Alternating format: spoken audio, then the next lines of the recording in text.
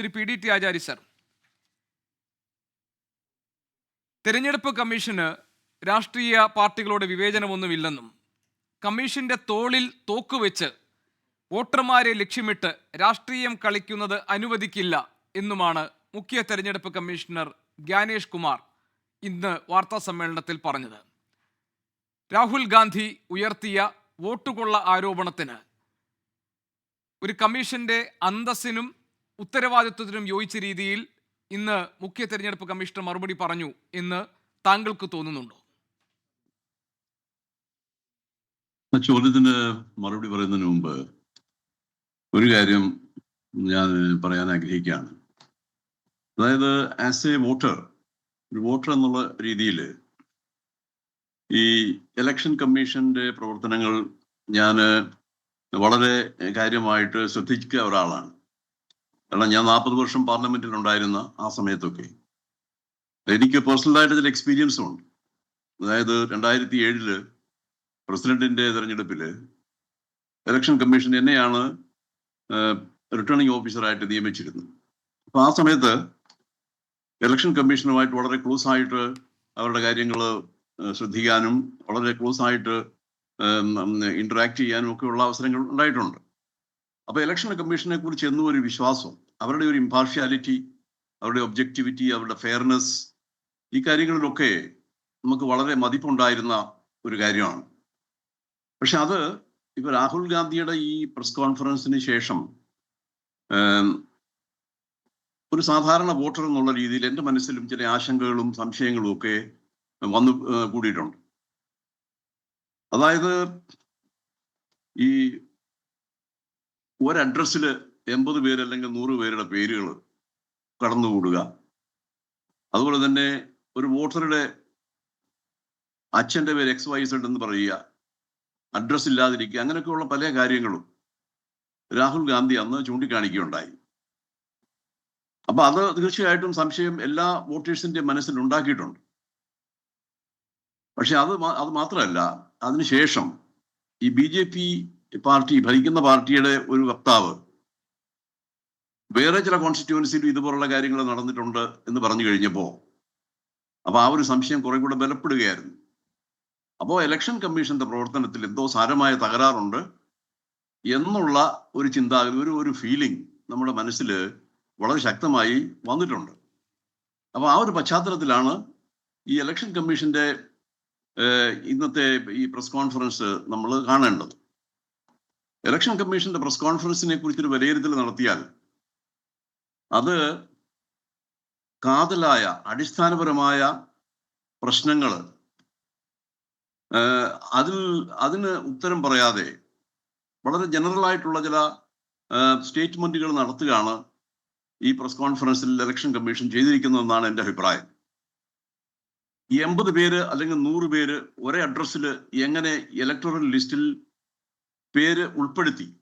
After all electoral ലിസ്റ്റിൽ പേര് ഉൾപ്പെടുത്തുക എന്ന് പറയുന്നത് ഇലക്ഷൻ കമ്മീഷന്റെ ചുമതലയാണ്. ഇലക്ഷൻ കമ്മീഷന്റെ കീഴിൽ പ്രവർത്തിക്കുന്ന ഉദ്യോഗസ്ഥന്മാരാണ് അത് ചെയ്യുന്നത്. ഇലക്ഷൻ കമ്മീഷൻ അതിന് ഉത്തരവാദിത്തമുള്ളതാണ്. അതെങ്ങനെ സംഭവിച്ചു? കാരണം അങ്ങനെ അല്ലല്ലോ അതിന്റെ പ്രൊസീജിയർ. അതിന്റെ നിയമപരമായിട്ടുള്ള പ്രൊസീജിയർ പരിശോധിച്ചു കഴിഞ്ഞാൽ അങ്ങനൊന്നും അല്ല അത് ചെയ്യുന്നത്. വളരെ സുതാര്യമായ രീതിയിൽ ഇത് ചെയ്യണം എന്നുള്ളതാണ് നിയമം അനുശാസിക്കുന്നത്. അങ്ങനെ വരുമ്പോൾ ഇതെങ്ങനെ ചെയ്യുന്നു? അതിനെക്കുറിച്ച് മറുപടി പറയണ്ടേ? ഇലക്ഷൻ കമ്മീഷൻ അങ്ങനെ ഒരു മറുപടി പറയാൻ സാധിച്ചില്ല എന്നുള്ളതാണ്. മറ്റു കാര്യങ്ങളൊക്കെ വോട്ടർമാരുടെ തോളിൽ വെച്ച് വെടിവെക്കരുത് എന്നൊക്കെ പറയുന്നതൊക്കെ ശരിയാണ്. ഒരുപക്ഷെ ഈ ചർച്ച കാണുന്ന പ്രേക്ഷകർക്കും സംശയം ഉണ്ടാകാൻ ഇടയുള്ള ഒരു ഭാഗം, ഈ വോട്ടർ പട്ടിക തയ്യാറാക്കുന്ന സംവിധാനം ഉൾപ്പെടെ ആ പ്രക്രിയ ഉൾപ്പെടെയുള്ള കാര്യങ്ങൾ വിശദീകരിക്കുകയായിരുന്നല്ലോ യഥാർത്ഥത്തിൽ ഇന്ന് മുഖ്യ തെരഞ്ഞെടുപ്പ് കമ്മീഷണർ ചെയ്ത്. അദ്ദേഹം പറയുന്നത് തെരഞ്ഞെടുപ്പ് കമ്മീഷന്റെ നിർദ്ദേശപ്രകാരം ഇപ്പോൾ ഒരു ഇലക്ട്രൽ രജിസ്ട്രേഷൻ ഓഫീസർ അദ്ദേഹം അല്ലെങ്കിൽ അവർ ബൂത്ത് തല ഓഫീസർമാരുടെ സഹായത്തോടെ ഒരു വോട്ടർ പട്ടികയ്ക്ക് അന്തിമ രൂപം നൽകുന്നു. അതിനുശേഷം ഈ ഉദ്യോഗസ്ഥർക്ക് പട്ടികയിൽ തിരുത്തൽ വരുത്താനുള്ള ഉത്തരവാദിത്വവുമുണ്ട്. ഈ കരട് പട്ടിക തയ്യാറായി കഴിഞ്ഞാൽ അത് ഡിജിറ്റലായും കടലാസായും അതിൻ്റെ പകർപ്പ് രാഷ്ട്രീയ പാർട്ടികൾക്ക് കൊടുക്കുന്നു.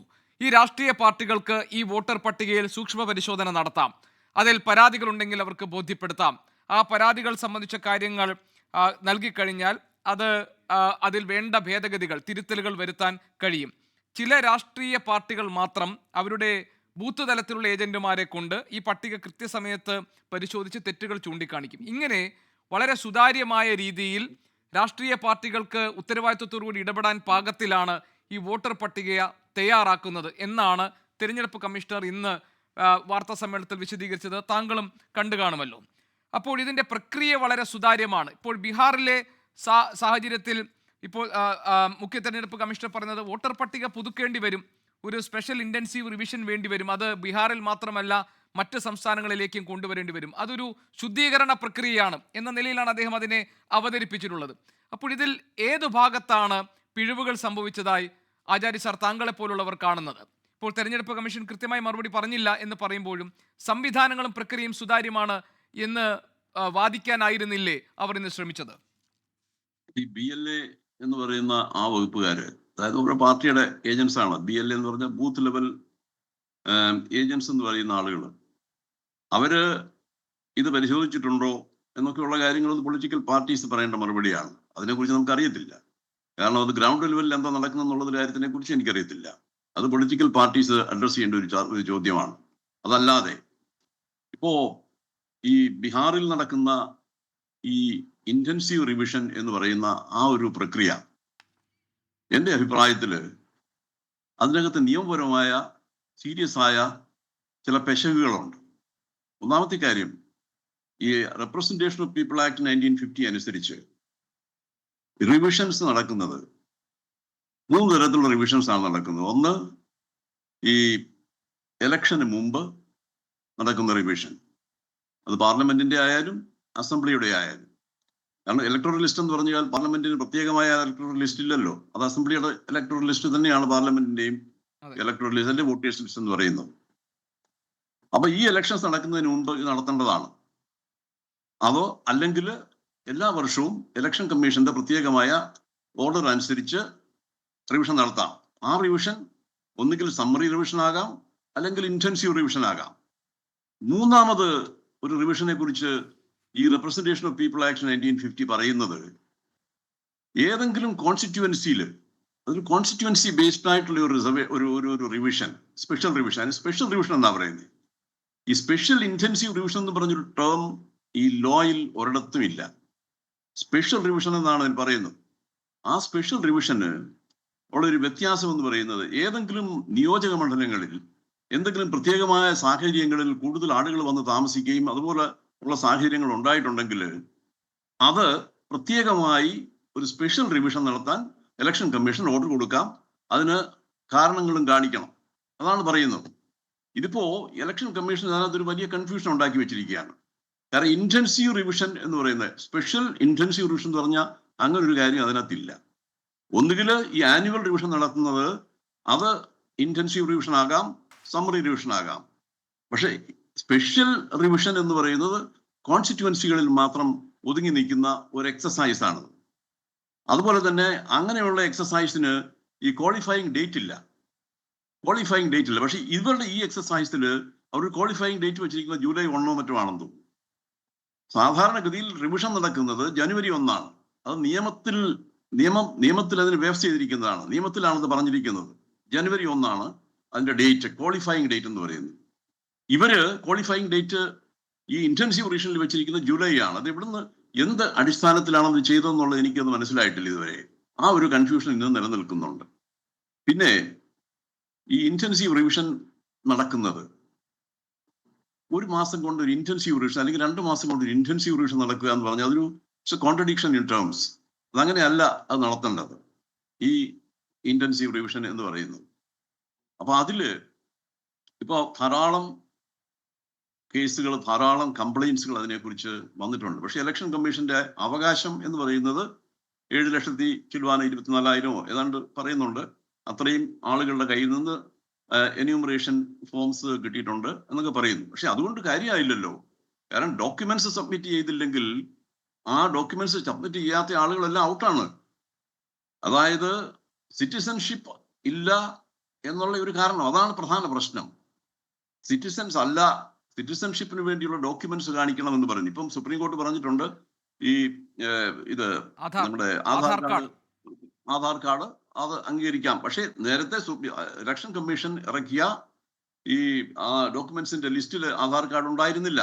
അതുപോലെ തന്നെ എനിക്ക് ഇലക്ഷൻ തോന്നുന്നു ആചാര്യ സാർ, ഇന്ന് കമ്മീഷന്റെ ദ ഹിന്ദു എന്ന പത്രം അത് വളരെ വിശദമായി എങ്ങനെയാണ് ഈ വോട്ടർ പട്ടികയിൽ ഇടം നേടുന്ന അതിന് വേണ്ടിയിട്ടുള്ള രേഖകൾ നൽകുന്ന പ്രക്രിയയിൽ തന്നെ വലിയൊരു വിഭാഗം അതിൽ നിന്ന് നിഷ്കാസിതരാകുന്നത് എന്നത് സംബന്ധിച്ച് വലിയ വിശദമായ റിപ്പോർട്ട് ഇന്ന് ദ ഹിന്ദു പത്രം നൽകിയിട്ടുണ്ട്.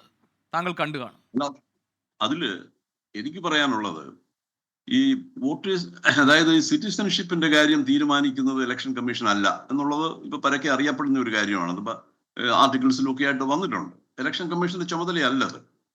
അത് വാസം പറഞ്ഞാൽ ഹോം മിനിസ്ട്രിയാണ് ഈ ലോ അഡ്മിനിസ്റ്റർ ചെയ്യുന്നത്. അപ്പൊ അതുകൊണ്ട് ഇലക്ഷൻ ഈ സിറ്റിസൺഷിപ്പ് തെളിയിക്കാൻ വേണ്ടി എന്തെല്ലാം ഡോക്യുമെന്റ്സ് വേണോ അത് തീരുമാനിക്കേണ്ടത് ഗവൺമെന്റ് ആണ്. അത് ഗവൺമെന്റ് തീരുമാനിച്ച് അത് പബ്ലിഷ് ചെയ്യേണ്ടതാണ്. ഇന്ന ഡോക്യുമെന്റ്സ് ആണ് ഒരാള് സിറ്റിസൺ ആണെന്ന് തെളിയിക്കേണ്ടത് എന്ന് അവർ പറയേണ്ടതാണ്. ഇതിപ്പോ അതിന് പോലെ ഇലക്ഷൻ കമ്മീഷനാണ് ആ റോൾ നിർവഹിക്കുന്നത്. അത് തന്നെ കോൺസ്റ്റിറ്റ്യൂഷൻ അനുസരിച്ച് അത് തെറ്റായ ഒരു സംഗതിയാണ്. അപ്പൊ ഇങ്ങനെ പല കാര്യങ്ങളും ഇതില് സംഭവിക്കുന്നുണ്ട്. അതിന് ഒരു പല കാര്യങ്ങളിലും ഒരു ക്ലാരിറ്റി ഇല്ലാത്ത ഒരവസ്ഥയിലേക്ക് മാറിയിരിക്കുകയാണ്. ശരി ആചാര്യ സാർ, ഞാൻ ഒരു പ്രധാനപ്പെട്ട പോയിന്റിലേക്ക് കൂടി വരട്ടെ. മെഷീൻ റീഡബിൾ വോട്ടർ പട്ടികയും അതുപോലെ തന്നെ CCTV ദൃശ്യങ്ങളും പുറത്തുവിടണം എന്നത് രാഹുൽ ഗാന്ധിയുടെ ഒരു ആവശ്യമായിരുന്നു. അത് ചെയ്യാതിരിക്കുന്നതിന് തെരഞ്ഞെടുപ്പ് കമ്മീഷൻ പറയുന്ന ഒരു ന്യായമുണ്ട്. ഇപ്പോൾ മെഷീൻ റീഡബിൾ വോട്ടർ പട്ടികയുടെ കാര്യത്തിൽ 2019 സുപ്രീം കോടതി വിധിയെക്കുറിച്ചാണ് തെരഞ്ഞെടുപ്പ് കമ്മീഷൻ പറയുന്നത്. അത് വോട്ടർമാരുടെ സ്വകാര്യത ലംഘിക്കുന്ന ഒന്നാണെന്നും അത് നിരോധിക്കപ്പെട്ടിട്ടുണ്ട്. അതുകൊണ്ട് മെഷീൻ റീഡബിൾ വോട്ടർ പട്ടിക നൽകാൻ കഴിയില്ല. പകരം EPIC നമ്പർ നൽകിയിട്ട് വേണമെങ്കിൽ അത് സെർച്ച് ചെയ്ത ലിസ്റ്റുകൾ എടുക്കാമെന്നാണ്. മാത്രമല്ല, ഈ രാഹുൽ ഗാന്ധി ഈ വോട്ട് ചോരി എന്ന ആരോപണം ഉന്നയിക്കുമ്പോൾ അദ്ദേഹം കുറേ ഉദാഹരണങ്ങൾ കാണിച്ചുകൊണ്ട് കുറേ വോട്ടർമാർക്ക് എന്തൊക്കെ സംഭവിച്ചു എന്ന് കാണിച്ചുകൊണ്ടാണ് അദ്ദേഹം അത് ഈ രാജ്യത്തെ ജനങ്ങളെ മുന്നിൽ ആ വിഷയം അവതരിപ്പിച്ചത്. അതും ഒരു വലിയ സ്വകാര്യത ലംഘനമായിട്ടാണ് ഇന്ന് തെരഞ്ഞെടുപ്പ് കമ്മീഷൻ ചിത്രീകരിച്ചത്. ഇത് ഈ പറയുന്നത് നിയമപരമായി നിലനിൽക്കുന്നതാണോ ആചാര്യ സർ? പ്രത്യേകിച്ചും ഈ മെഷീൻ റീഡബിൾ വോട്ടർ പട്ടിക നൽകാൻ കഴിയില്ല എന്ന തെരഞ്ഞെടുപ്പ് കമ്മീഷന്റെ നിലപാട്.